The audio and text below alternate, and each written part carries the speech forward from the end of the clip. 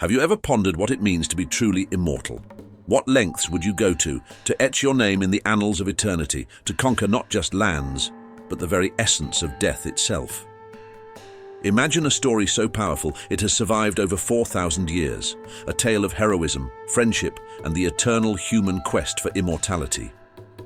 Welcome to the epic saga of Gilgamesh, a king who dared to defy the gods and in doing so taught us about the very essence of what it means to be human. Standing as one of the earliest masterpieces of world literature, the Epic of Gilgamesh originated from the Sumerian civilization, offering us a profound glimpse into the ancient world's heart and mind. Stay with us as we unveil the timeless wisdom hidden within the Epic of Gilgamesh and embark on a journey that bridges the gap between the past and the present, revealing insights throughout history and into our own lives today.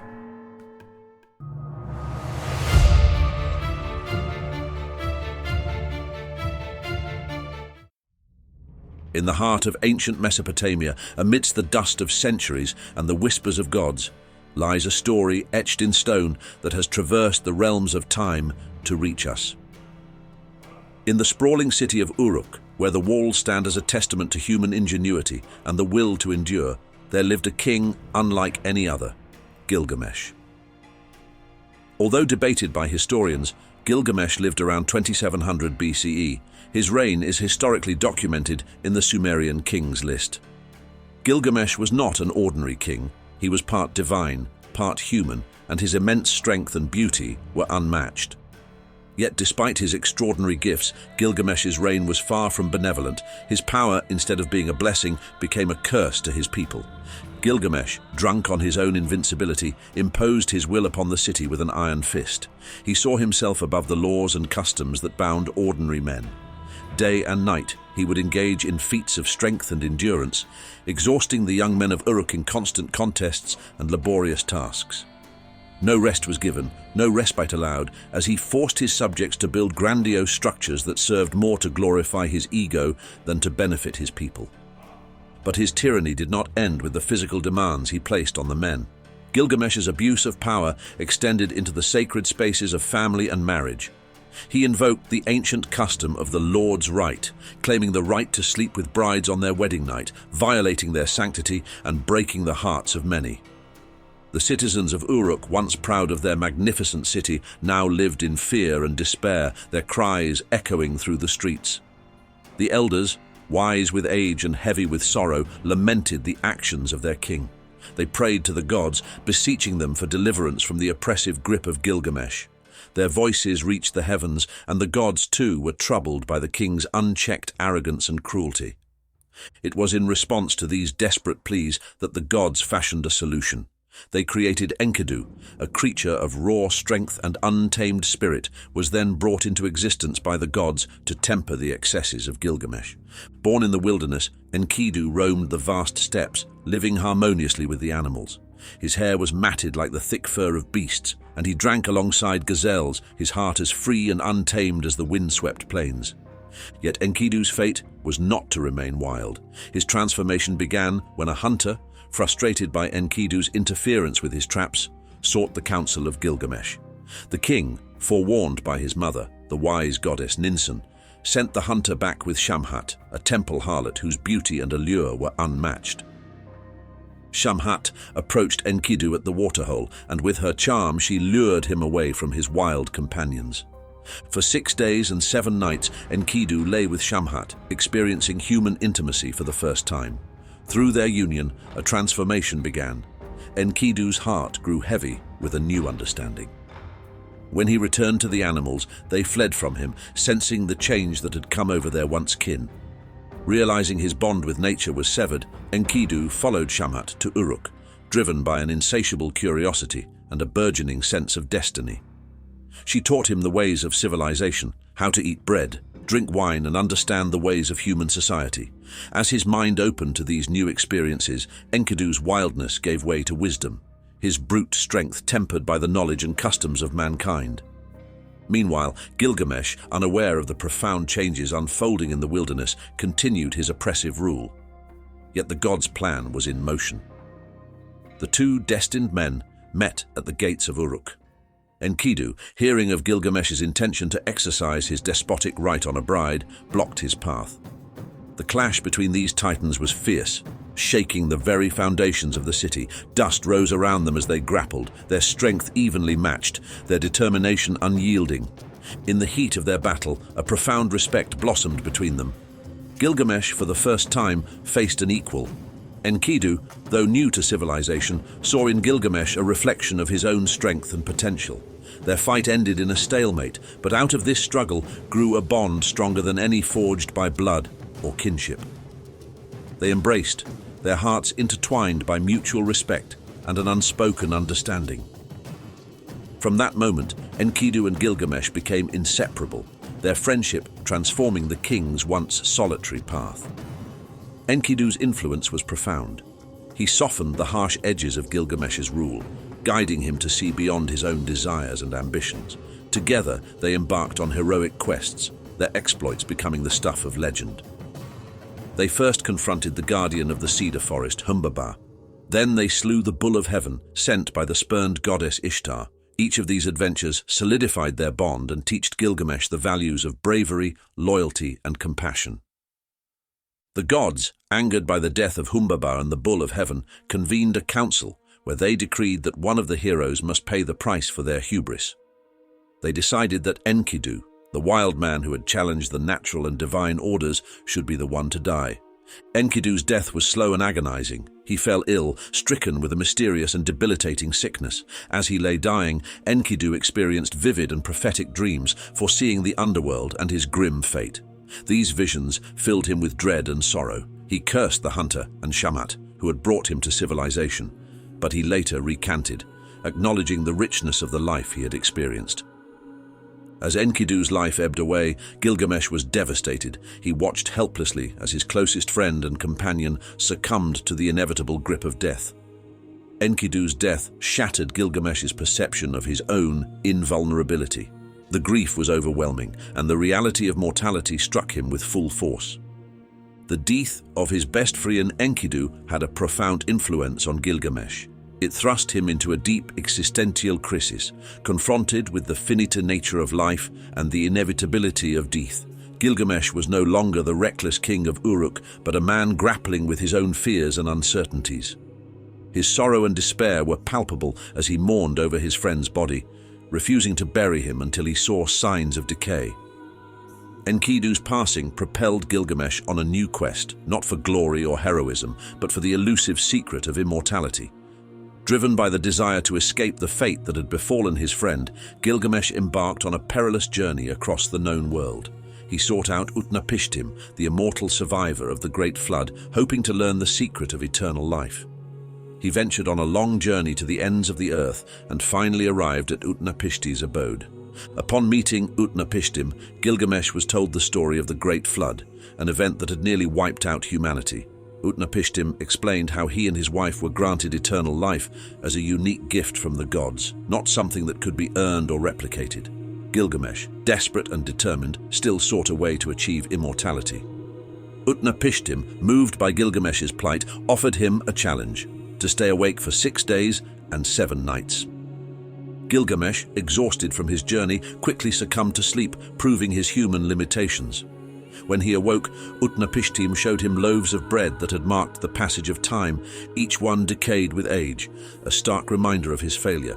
Though disheartened, Gilgamesh was given one last hope: a plant that grew at the bottom of the sea, capable of restoring youth. With great effort, Gilgamesh retrieved the plant, but his hopes were dashed when a serpent stole it away while he bathed, shedding its skin and symbolizing renewal.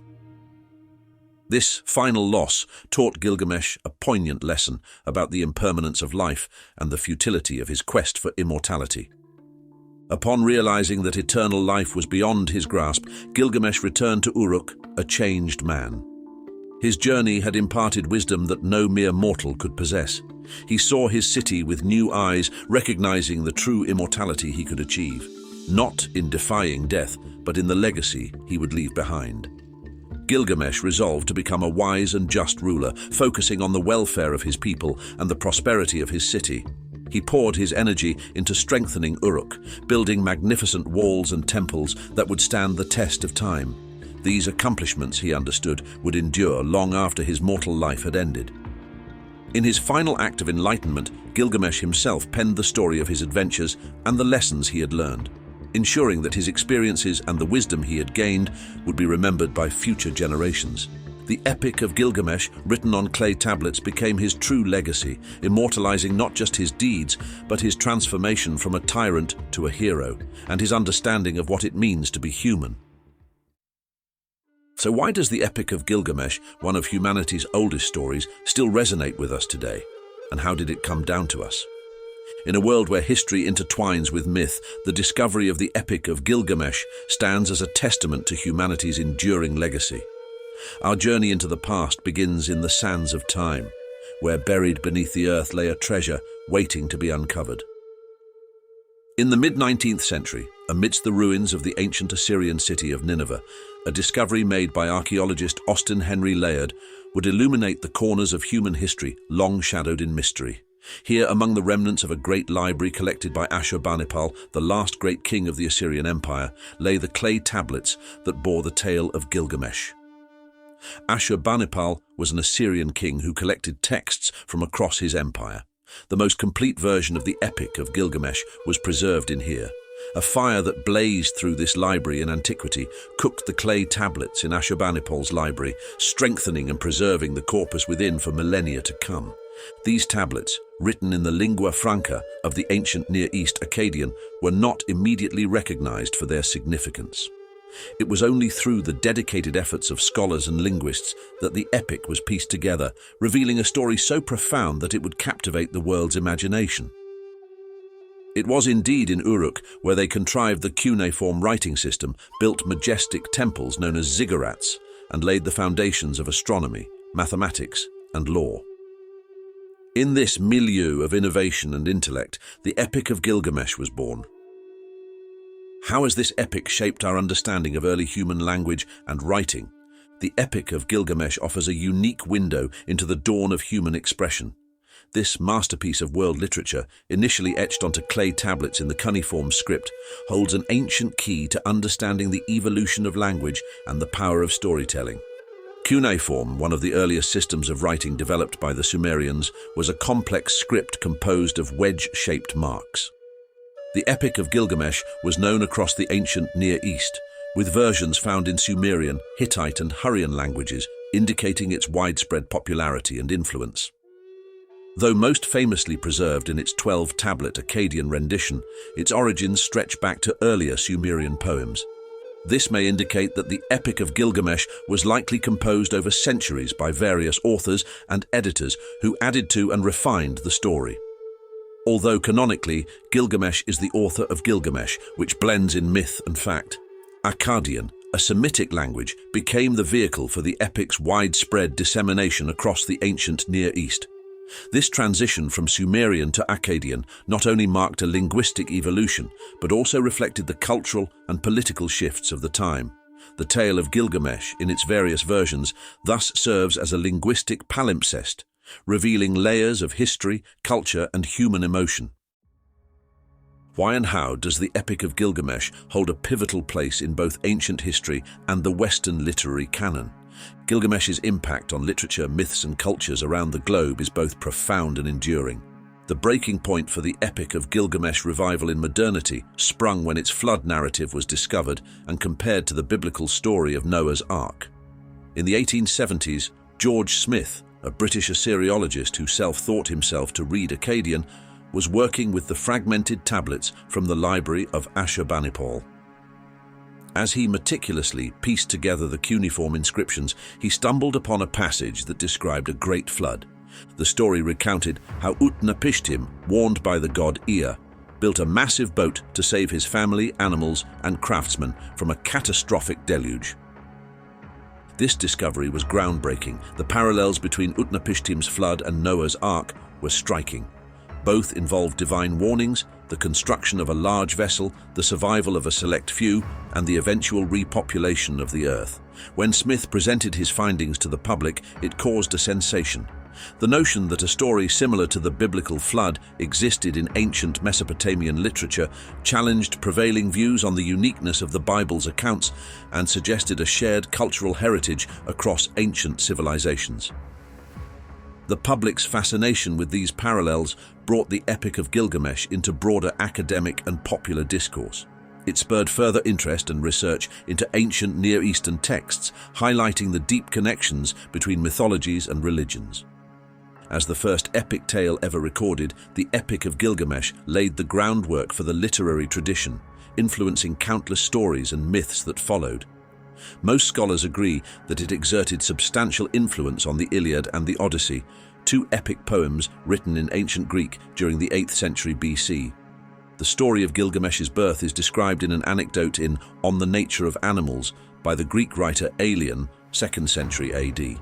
Other concrete examples of this influence in the Western canon include the Homeric epics, where much like Gilgamesh, Achilles in the Iliad is a demigod hero grappling with his mortality. Both heroes embark on epic journeys filled with personal loss and quests for glory, highlighting their human vulnerabilities. Similarities can also be found between Gilgamesh's and Hercules' tales, including their superhuman strength and series of quests or labors.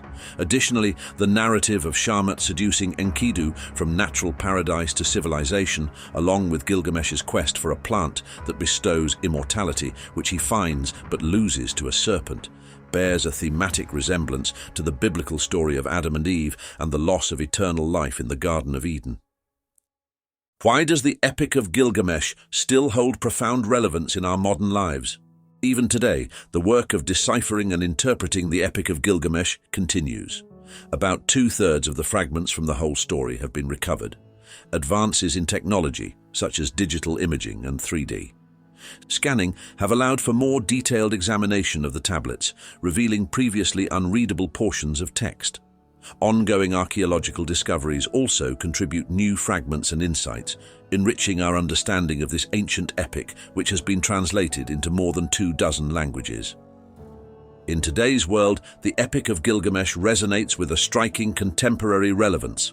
Its exploration of leadership, the value of friendship, and the acceptance of human limitations speaks to the core of our essence. Gilgamesh's journey from tyranny to wisdom mirrors our own quests for personal growth and understanding.